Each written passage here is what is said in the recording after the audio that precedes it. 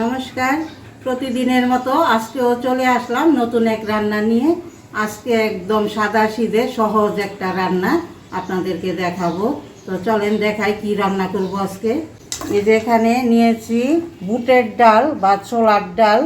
আমি গত রাতে শোয়ার আগে ভিজিয়ে রেখেছিলাম, আজকে ধুয়ে একদম রেডি করে নিয়ে আসছি। দেখেন কতটা ভিজে একদম ফুলে গেছে, রান্না করতে বেশি সময় লাগবে না। আর এখানে নিয়েছি ডিম, তারপরে আছে আলু, আর এখানে নিয়েছি নারিকেল কুচি। এই দিয়ে আজকে রান্না হবে। তো আমি কিভাবে এই ডাল, ডিম, আলু আর নারিকেল কুচি দিয়ে রান্না করি, আপনারা ভিডিওটা শুরু থেকে শেষ পর্যন্ত দেখবেন। ভালো লাগলে আপনারাও রান্না করে খাবেন। তো আমি এখন কাজ শুরু করি।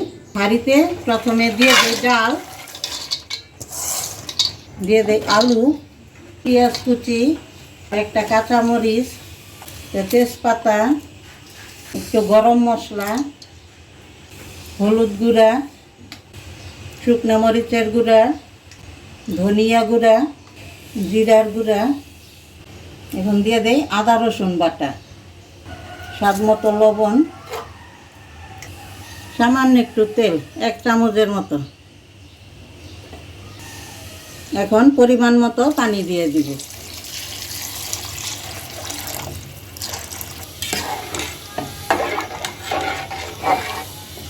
এখন সব কিছু ভালো মতো সিদ্ধ হইতে থাক, পরে আবার আসবো। আর দেখেন এই যে পাশে আরেক চুলায় ডিম সিদ্ধ বসাই দিয়েছি।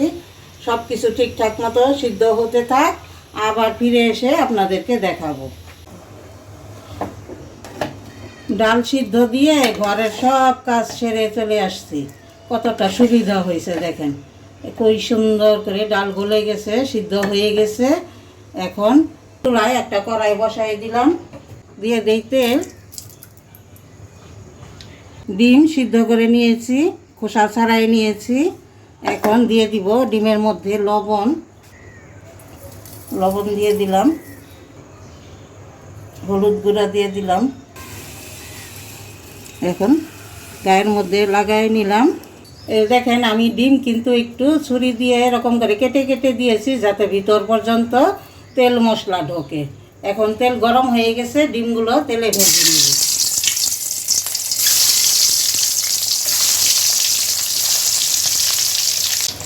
ডিম ভেজে নিয়েছি, দেখেন কি সুন্দর দেখা যাচ্ছে কেটে কেটে দেওয়াতে। এখন এই ডিমগুলো ডালের মধ্যে দিয়ে দেই।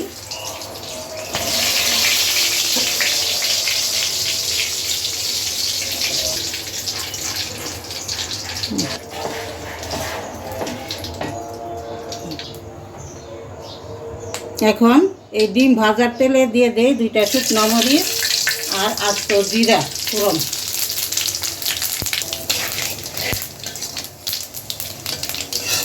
এখন এই তেলের মধ্যে দিয়ে দিব এই যে নারিকেল কুচাই রেখেছিলাম, ওই নারিকেলটা ফোড়নের সাথে একটু ভেজে নিব। আর কোনো মশলা দিব না, কারণ ডাল সিদ্ধ করার সময় সব রকম মশলা দিয়েছিলাম, আর দিব না। নারিকেল, জিরা আর শুকনো মরিচ ফোড়ন সুন্দর করে ভাজা হয়ে গেছে। আর এই নারিকেল দেখেন, এটা যখন খাওয়ার সময় মুখে পড়বে তখন খেতে কিন্তু খুব ভালো লাগবে। এখন দিয়ে দেই এই ডাল।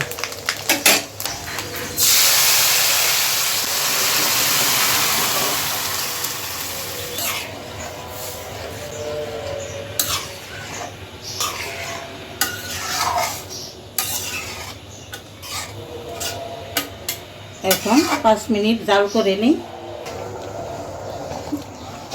5 মিনিট ফুটাই নিয়েছি। এখন দিয়ে দিব নামানোর আগে ধনিয়া পাতা কুচি,